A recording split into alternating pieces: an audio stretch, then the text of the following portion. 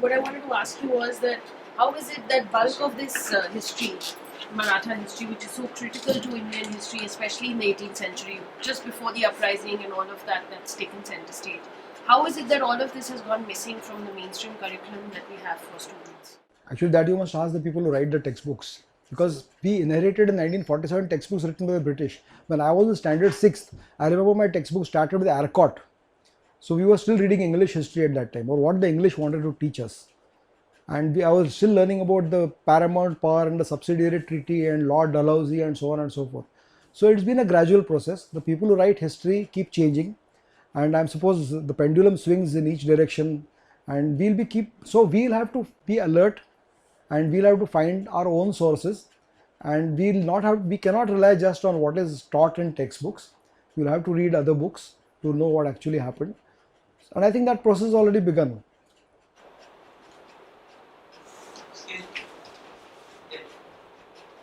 Sir, Madhavrao died at a very young age.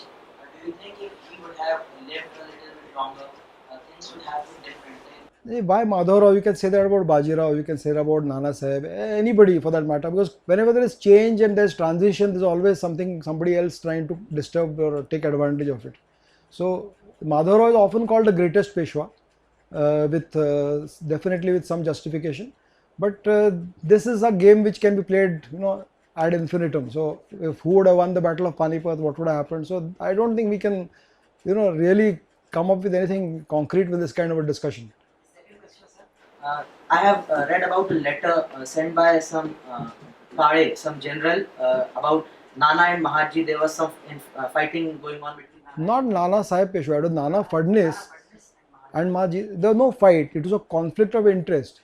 See, Nana Fadnavis was trying to protect the interest of the growing Peshwa, who was an infant when he became the Peshwa, and he felt that the primacy of the Peshwa must be maintained. While Mahadji had his own ambitions, and he wanted to be the representative of the Peshwa and practically control the foreign policy and the military policy of the Maratha Empire. I don't blame either of them. They had their own ambitions and their own motivations. You cannot call somebody good or bad based on what they did, because even today you find politicians doing the same thing. So these kind of tips happen when there are two strong people who are trying to control, and there is no single master. See, the Chhatrapati's rule ended in 1749, the de jure Chhatrapati's rule. Then the Peshwa's rule ended practically in 1772-73 when Narayan Rao was murdered. So it has been, and then the Fadnavis was ruling. So you can see that unless there is a central authority which can tell all the chiefs to behave in a certain manner, to enforce obedience is very difficult. So then these kind of things come up when there is a lack of a strong center. Like you said about textbooks not covering a lot of things in a way they should. So if we want to know more about this 1788 to 1803 Maratha rule in Delhi, what are the primary sources that we should be looking at? I would strongly recommend you buy Yadunath Sarkar's 4 volumes on the fall of the Mughal Empire. Though it is unfortunately badly named, it is not the fall of the Mughal Empire, it is the rise of the Maratha Empire. But that's the place where you will get most of the details, because he is referred to Persian sources, Marathi sources, both. Today Marathi documents, about 4 crore documents are lying in Pune alone which are not read. And there are thousands more documents which are not read by people who are writing in history in English, because they are written in Marathi. And today if you want to write the history of any region of India in the 18th century, every region has been touched by the Marathas. If you don't get the Maratha point of view, you cannot write a true balanced history. Like there's a lot of talk about this raid on Sringeri by the Maratha troops. And I wrote an article sometime back in one of the magazines who asked me to write for it. The letters very clearly say what actually happened. But unfortunately, these letters are not, even the book which I am referring to was last published 100 years back, and there's no reprint. Those books are available in very, very few libraries. Again, those letters, there are about 8,000 letters just in one Patwardhan Daftar, who was just one of the second grade Sardars probably, if you consider Shindes and Holkars the chief Sardars, whose Daftar was written down, 8,000, 9,000 letters. And that is throwing up so many new facts. So the whole Holkar, there are 25,000 letters of Holkar's Diwan lying in Pune which are not read. Deccan College got another 4 lakh documents. The Bombay archives is the largest of all which are not been read. We have just got news that Delhi archives are being digitized now. But the government's priority for digitizing these archives is very low. In future, if historians want to research it, they'll have nothing left. If you go to Pune archives, you found they are tied in bundles of cloth. And in any order, you want to find some document, and people who are going and searching these documents are lawyers who want to find old watans. This land was given to my ancestor. They are the only people who are accessing these documents there. So it's complete mess of how the archives are being maintained. The lowliest, most unwanted IAS officer is posted to look after them. There are no funds to allot. The preservation is very poorly done. There's no air conditioning. So that paper is just remaining there because it is chemical and acid free. That's all. How many years more it will remain, nobody knows. What were the relations between Yashwantrao Holkar and Sikh rulers? Any idea? Actually, that's a different subject altogether. It comes in the 19th century. Yashwantrao Holkar, there's a nice book on him called The Golden Rogue.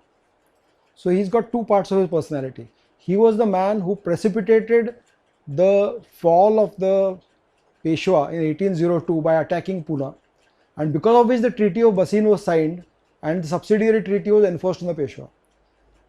When the Shindes fought with the English in 1803, had he joined forces with them, probably the English would not have won. But he didn't. He stayed aloof. 2 years later, he felt that now I must fight the English, and fought separately and lost. And then he went from pillar to post looking for help from various Pas in the north, which were never enough because the back of the Pas had been broken by then. He was basically a cavalry based ruler, a fighter.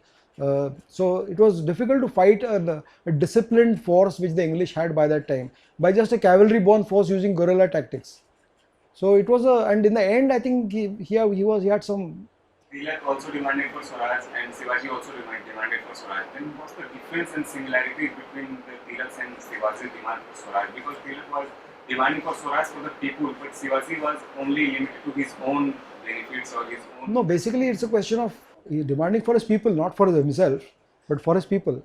Even Shivaji was demanding for the people who were oppressed at that time by the Mughals and by the Bijapur and these Pas. So it was not that, it's just that at that time communications were such that your vision, Shivaji said that I want a Deccan for the Deccanis in the 17th century. That's what he said, that nobody outside the Deccan must interfere with the Deccan. 100 years later, when Sadashivrao Bhau went to fight in Panipat, he said India for Indians. I don't want anybody outsider to determine the fate of India. So it's a question of your horizons keep expanding as your communications improve, as you start going to further places. So it was, and in case of Tilak, it was an enlightened view because by that time, he was an educated man, he was a barrister, and he understood what was actually wrong, what was happening, how India was being exploited at that stage, and there was no freedom, of course. So similar circumstances were prevailing. You must understand that Shivaji's term was coterminous with that of Aurangzeb, and there was a definite, especially in Maharashtra, for 26 years and even before that, all his armies that were coming, there was harassment of the people over there. Because if you see the Mughal Empire, the spread of the Mughal Empire, till the last 2 decades of the 17th century, the Mughals were still at Ahmednagar. They had not come south of that.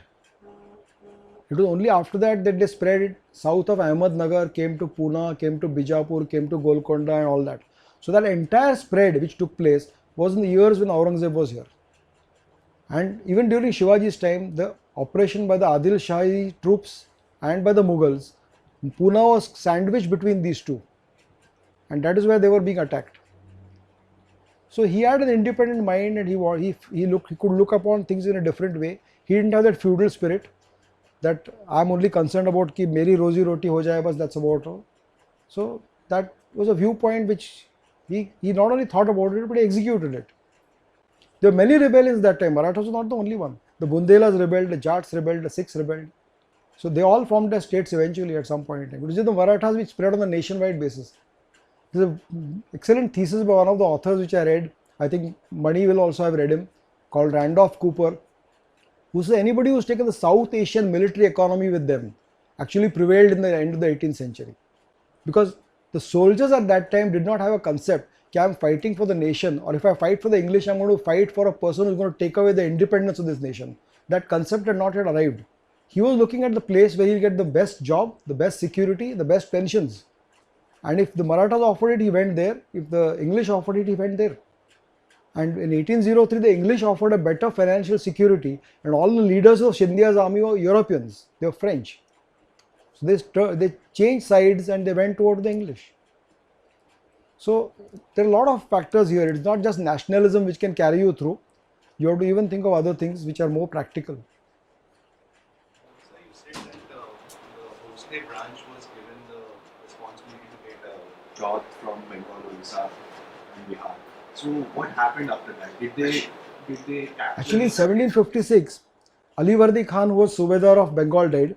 In 1756, Raghuji Bhosle, who was the chief of Nagpur, who was a dynamic chap, he died. And his sons started fighting with each other who will be the successor to him, which had to be approved by the Chhatrapati. The Chhatrapati was no more, it was a Peshwa who was ruling at that time. This fight between the two went on for the next 10 years. That's why the Bhosles were not present at even Panipat. They were fighting with each other.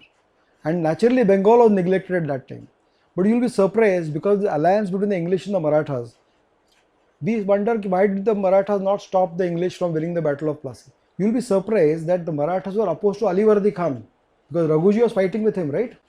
So when the English were kicked out of Calcutta and Clive went back to claim Calcutta, there was a letter written by the Maratha Peshwa to Clive that if you want, I will send my army there to help you. So I have a question because of this play called Ghashiram Kotwal. So I would like you to elaborate on the period during the Ghashiram Kotwal because of this play. I think there's a lot of negativity of the Peshwa in this northern. Actually, what has happened is that Ghashiram Kotwal, even in Tendulkar's own words, is historical fiction. He doesn't say it is history. I'll give you a link where he's got an interview where he says that Ghashiram Kotwal is historical fiction. There is no Lalita Gauri in existence. Okay, there is no daughter of Ghashiram named Lalita Gauri who was going to Nana Fadnavis and who was behaving in all his debaucherous behavior. Nana Fadnavis was desperate to have a son who will succeed him, and he married the next girl when the previous wife died.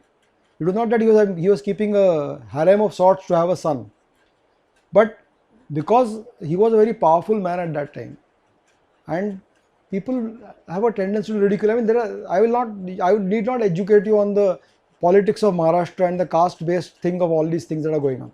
So that you know very well. So I don't want to repeat that over here. Question on the battle of Amjera. So, Girdhar Bahadur and Dayabahadur fell. Was it one battle or two separate battles? Or one battle in 2 days? Actually, they happened in quick succession because Dayabahadur and Girdhar Bahadur had expecting that they'll come from one side, while actually the Marathas came from the other side, and they turned to return towards Ujjain when suddenly they were confronted by the Marathas. So they were not really prepared for the battle, and in that flurry of whatever happened, these two people were killed. But whether it is a one battle or two closely fought battles, has different authorities are claiming different versions of that. But what I have seen, I think there was only one battle. I think Malcolm probably describes two battles in his Central Asia, but from what letters have come, I think there was only one battle. I don't think the Marathas built any palace which remained today. Their architecture is restricted to the forts. Shanivarapada is just a wall. The inner buildings were made of wood largely. And in the 1827 or 28, when the English were ruling over Pune, it caught fire and they allowed it to burn for a week. The purpose of the English was that all the places of prestige which were there in Pune were destroyed. So Shanivarapada was made into the buildings inside were made into a lunatic asylum. Can you imagine the impact it will have on the people of the city when the place where the Peshwa was staying has been converted to a lunatic asylum? So this was done with the purpose that they will lose respect for that place. The place in front of Shanivarapada where all these processions took place was converted into vegetable market. Even then the Hanuman Mandir there is called Batata Maruti. Batata means potatoes. So that is what they did. They destroyed, bombarded all the forts around Pune because they never wanted anybody to go on those forts and become a source of resistance to them in future. So they demolished everything. Yeah. classical partition by Shinde, there is a statement about Maratha polity. So, among the successor states of Mughal Empire, it was perhaps the only Maratha Empire who had the ability to develop into the pan-India empire. But the ability itself was not fully recognized because of the Maratha polity. So, to what extent it is true that the complex Maratha polity was leading to the failure of the Actually, pan-India? there is no short answer to this, but I'll tell you what. In 1719, when the Maratha organization was made by Balaji Vishwanath, he parceled out territories to all the chiefs. That you go ahead, take the territory and it's yours. That kind of thing. That helped in the rapid spread of the kingdom because they were all fighting with each other. So he put them on a job of fighting with others. So he parceled out territories. You go ahead and take Gujarat, you go towards south, you go towards the north. So he parceled them out and put them on a job, and what they won became theirs, and they gave a certain amount of money as pension to the king. So the south in Shivaji's time was different from the south in Shahu's time. Shahu was a pensioner of his chiefs. He was getting a pension from them from the income which they earn. So this being the nature, it did two things. One is it spread the empire very rapidly because everybody was going out to get something for himself, private enterprise. But the center became weak. Thanks. Thank you very much.